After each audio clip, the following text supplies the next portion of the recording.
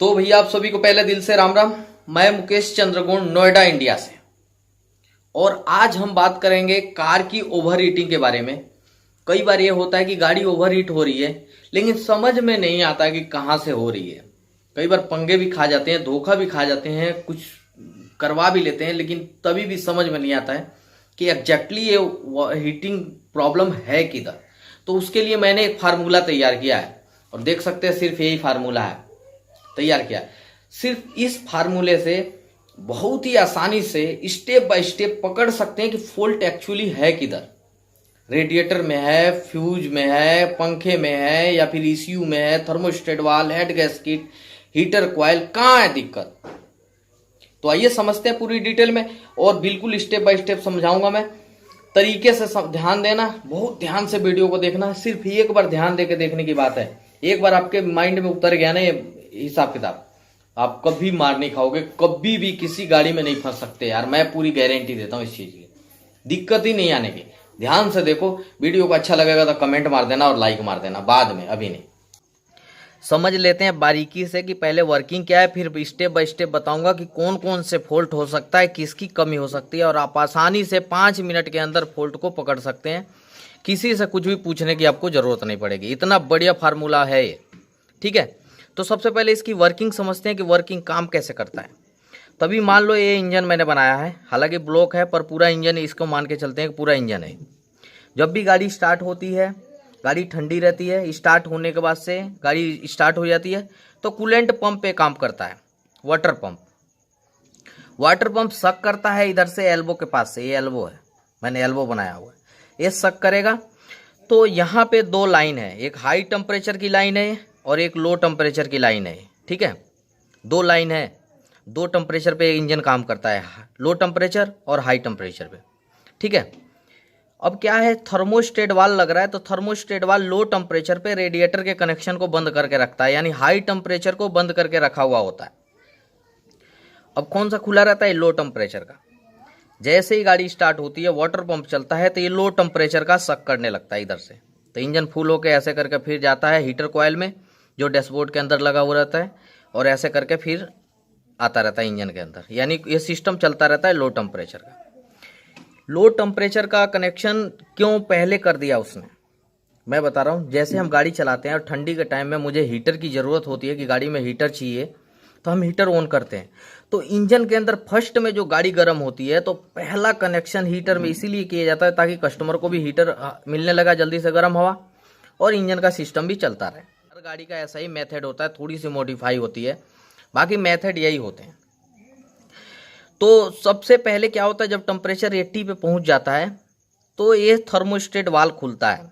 अब मारुति का thermostat valve 82 पे खुलता है, होंडाई का 88 पे, बाकी कई गाड़ियों का 60 पे खुल जाता है। तो सबका अलग अलग मेथड है। मैं 80 पे लेके चल रहा हूँ कि 80 टेम्परेचर पे ये थर्मोस्टेट वाल्व खुलेगा। तो इंजन का टेम्परेचर 80 डिग्री जैसे ही आएगा, ये सिस्टम चलता रहेगा। जैसे ही 80 डिग्री टेम्परेचर आएगा तो क्या होगा, जो एक गर्म पानी, जो कूलेंट गर्म जो 80 डिग्री का है, ये थर्मोस्टेट वाल्व पे टकराता है यहाँ। और जब थर्मोस्टेट वाल्व पे टकराएगा तो ये 80 डिग्री के बाद वाल्व खुलेगा। 82 पे मारुति का है तो 82 डिग्री पे वाल्व खुलेगा ये, और इधर से फिर रेडिएटर का पानी आके फिर इंजन के अंदर जाएगा। तो फिर हाई टेम्परेचर ये काम करने लगेगा। 82 के बाद से, 80 डिग्री के बाद से वाल्व, थर्मोस्टेट वाल्व खुलेगा, तो हाई टेम्परेचर का सिस्टम ये काम करने लगेगा, बहुत तेजी से इंजन को ठंडा करने लगता है वाल्व खुलने के बाद। लेकिन फैन अभी नहीं चलेगा, ये रेडिएटर फैन अभी नहीं चलेगा। कम से कम 10 डिग्री सेल्सियस और तापमान इंजन का बढ़ेगा, यानी इसका भी, ये भी बहुत ज़्यादा ओवर हीट हो जाएगा। ये भी चलते चलते चलते चलते हाई टेम्परेचर का भी बहुत ज़्यादा ओवर हीट हो जाएगा।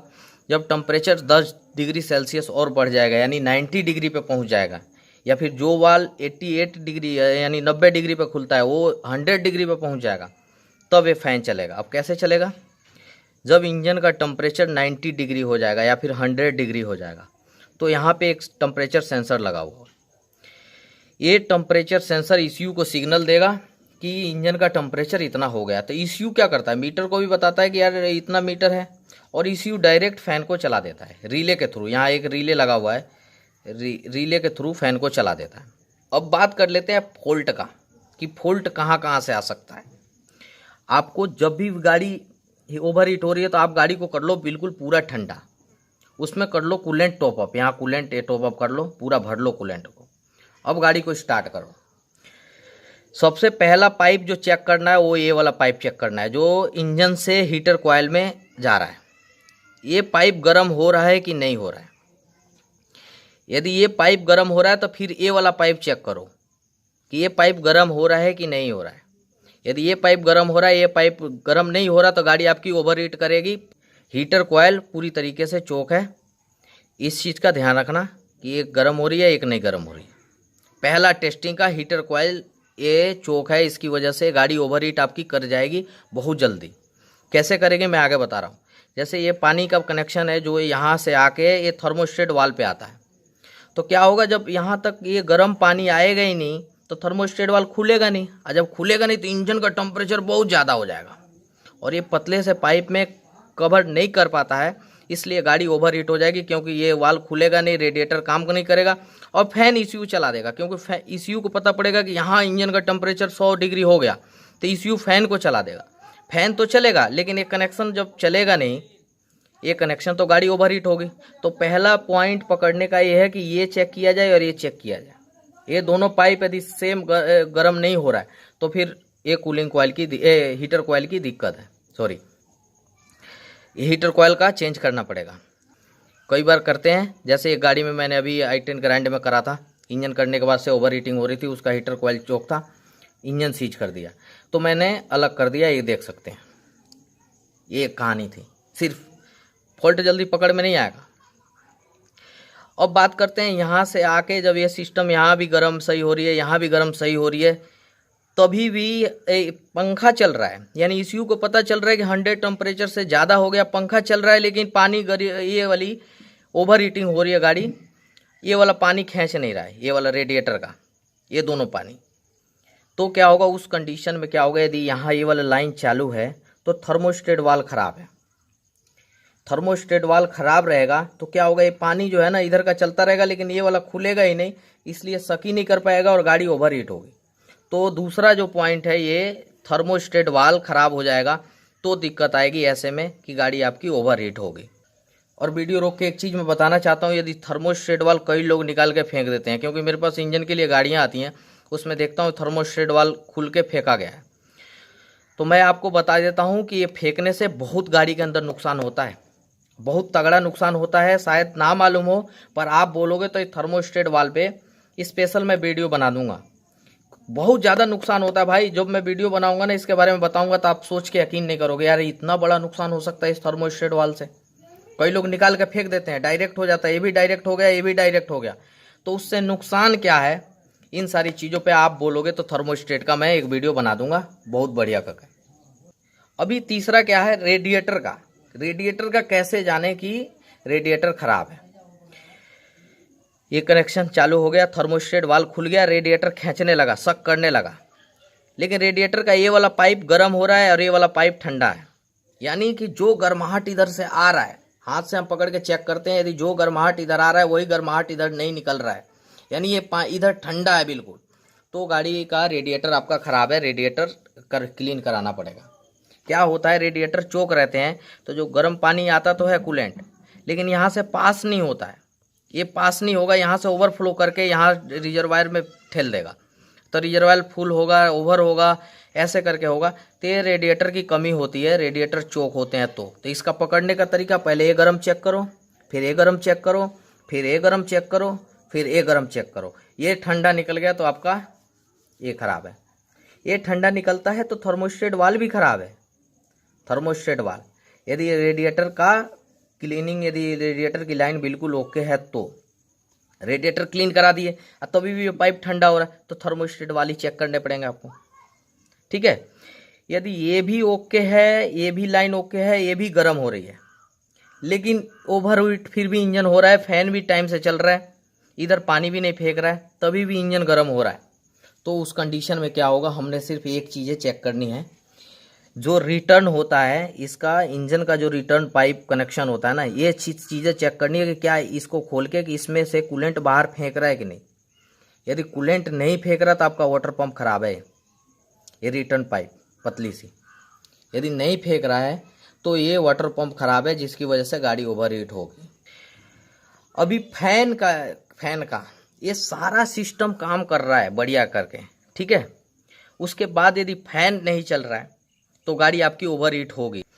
तो फैन नहीं चल रहा है तो आप यहाँ से डायरेक्ट टेम्परेचर सेंसर से निकाल के, कपलर निकाल के चेक कर सकते हो कि फ़ैन चल रहा है कि नहीं। यदि इसको निकालने से फैन आपका चल रहा है तो आपका टेम्परेचर सेंसर ख़राब है, ये वाला टेम्परेचर सेंसर।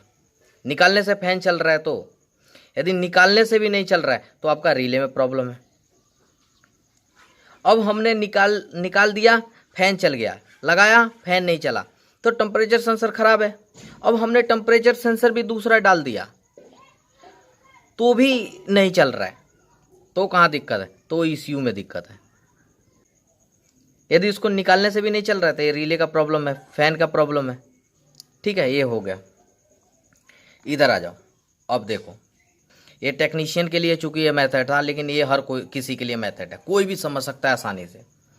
गाड़ी ठंडी है, कूलेंट आपने टॉप कर दिया, यहाँ से कूलेंट भर दिया, कैप लगा दिया, बिल्कुल ओके। ये रिजर्वायर का ये वाला पाइप निकाल दो, बाहर निकाल के फेंक दो। इसे फेंक मत दो कहीं गाड़ी में, नहीं, इधर ही से हटा दो, ठीक है। अब गाड़ी को स्टार्ट कर दो। गाड़ी स्टार्ट होने के बाद 5 मिनट के बाद इधर से फेंकना चालू कर दिया कूलेंट, यदि बाहर ये रिटर्न रिजर्वायर के तरफ, तो आपका 100% में कैप खराब है। फेंकते ही ये 5 मिनट में फेंकना नहीं चाहिए ये पानी। यदि 5 मिनट में फेंक रही है तो ये कैप खराब है भाई, ये वाला कैप। तो कैप नया डालना पड़ेगा और इसको फिर चेक करना पड़ेगा। तो फिर ऐसे चेक करते रहो और ये भी चेक कर लो। ये तो हटाई के चेक करो, ये फेंकने लगेगा तो समझ जाना कि कैप की दिक्कत है। अब ये नहीं फेंक रहा है और ये गाड़ी सब चीज़ से बिल्कुल सेट काम कर लिया, गाड़ी ओवर हीट भी हो रही है, फैन चल रहा है। अब फैन चल रहा है उस टाइम फेंक रही है, फैन चल रहा है उस टाइम भी फेंक रही है, तो इसका हेड गैस्केट खराब है। हेड गैस्केट का पंगा जाता है जब भी फैन चलेगा उस टाइम पे फेंक रही है। थोड़ा बहुत फेंक रही है तो कोई दिक्कत नहीं है, थोड़ा बहुत फेंकती है, लेकिन बहुत ज़्यादा करके फेंक रही है या फिर उससे फैन चलने से पहले ही फेंक रही है तो हेड गैस्केट का पंगा है, हेड गैस्केट का। या फिर टेम्परेचर आपका उठा रही है, सब सिस्टम बढ़िया काम कर रहा है, सब चीज़ आपने क्लीन करवा दिया, सब वाल वोल सारे चेक कर लिया, फिर भी टेम्परेचर बार बार उठा रहा है, तो फिर रेडिएटर आपको चेंज करने पड़ेंगे। ये रेडिएटर की लाइन ख़राब हो जाती है, बाहर से जो जाली होती है ना, बाहर की, अंदर की जाली नहीं, जो बाहर की जाली होती है वो ख़राब हो जाए तो फिर ये टेम्परेचर उठाने लगती है, तो ये रेडिएटर आपको चेंज करना पड़ेगा। तो ये होता है कि हेड गैस्केट का पंगा होता है। यदि आपको कहीं से भी दिख रहा है कि नहीं है, फिर भी गैस मार रही है बाहर, यहाँ से पंखा चल भी रहा है तो भी, तो हेड गैस्केट का पंगा होता है। या फिर टेम्परेचर हाई जा रहा है। सुबह में एक भैया ने कमेंट किया था यार कि मैं निकाल रहा हूँ तो चल रहा है फैन, लगा रहा हूँ तो नहीं चल रहा है, मैंने चेंज भी कर दिया तभी भी नहीं चल रहा है। तो भाई आप ECU चेक कर लो, आपका ECU में प्रॉब्लम है। यदि इसको नया डालने के बाद भी नहीं चल रहा है, निकालते हुए चल रहा है, तो ECU का पंगा है। अब सब सिस्टम बढ़िया काम कर रहा है, इधर से फेंक भी नहीं रहा पानी, फैन भी बढ़िया चल रहा है, इंजन भी नॉर्मल है, मतलब कहीं से कोई हमें दिक्कत नहीं हो रही है, लेकिन मेरा सुई हाई पे जा रहा है, सुई हाई पे जा रहा है और इधर से फेंक भी नहीं रहा है। तो कितना हाई पे जाएगा, थोड़ा सा और चलाओ उसे, और हाई पे जा रहा तभी भी ये नहीं फेंक रहा है, और चलाओ उसे, और हाई पे जा रहा तभी भी ये नहीं फेंक रहा है। तो भाई साहब आपका मीटर भी ख़राब हो सकता है। ये वाला जो मीटर है ना, मीटर भी चेक करना पड़ता है। कई बार होता है स्टार्ट करते ही जो ना हाफ पे दिखाने लगता है, गाड़ी स्टार्ट की है, ठंडी गाड़ी है, तभी भी हाफ पे दिखाने लगता है, या कई बार नीचे ही नहीं आता है, तो ये मीटर का पंगा होता है। और कैसा लगा आपको ये वीडियो प्लीज़ मुझे कमेंट करके बताइएगा, और आप कैसे हैं प्लीज़ कमेंट करके बताइएगा। चैनल को अभी तक आपने सब्सक्राइब नहीं किया तो एक सब्सक्राइब आप अपना दे दीजिए। वीडियो को यार एक लाइक तो वीडियो को बनता ही है भाई। डिस्क्रिप्शन में नंबर है, या नंबर ये है 9718581969। ट्यूसडे TUESDAY ट्यूसडे 5 से 6 शाम को। तो आप इस तरीके से मेरे से बात कर सकते हैं। तो ओके, थैंक यू भाई, मिलते हैं नेक्स्ट वीडियो में नए टॉपिक के साथ, तब तक के लिए ओके, थैंक यू।